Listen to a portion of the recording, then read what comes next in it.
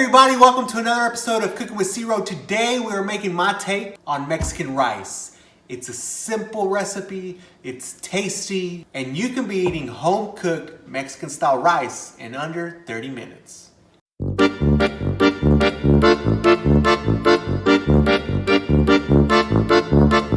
Alright y'all, so this is my take on Mexican rice. Mexican rice is easy, it's delicious. It's usually either tomato based or tomato sauce based. So that's what we're gonna do. We're gonna dice up some onions. We're gonna dice up some garlic.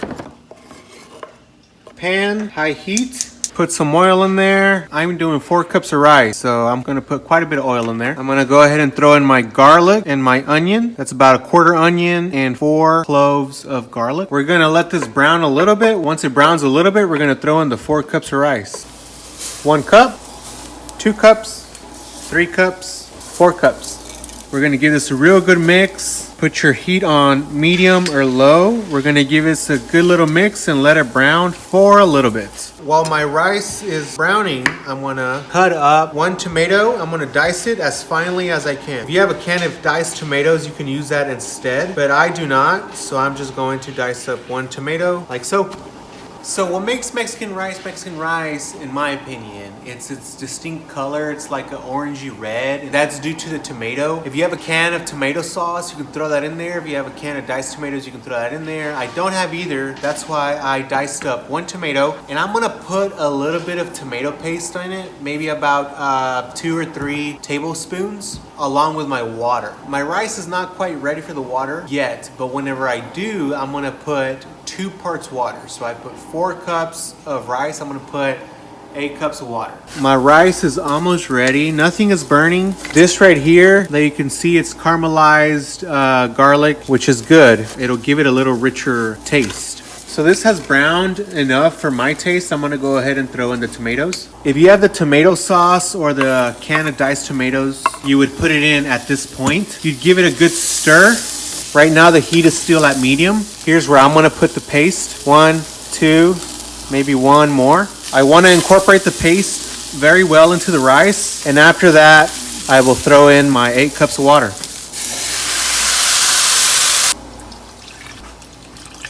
I'm going to season to taste.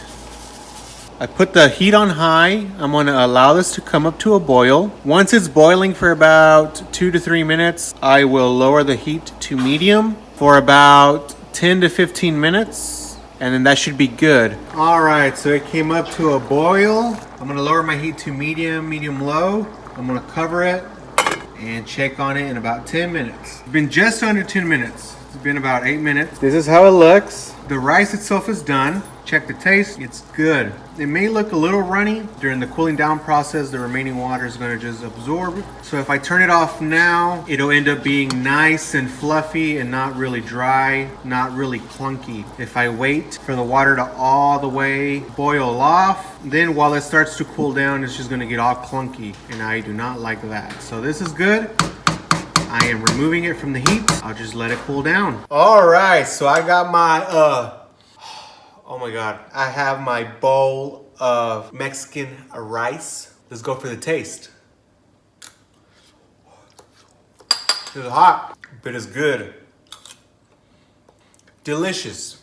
It's nice and moist and it's fluffy. So if you remember, I turned off the heat when the rice was still a little watery. That step right there is key for your rice to come out nice and fluffy and moist. It's not overly dry and it's not all clunky and cakey.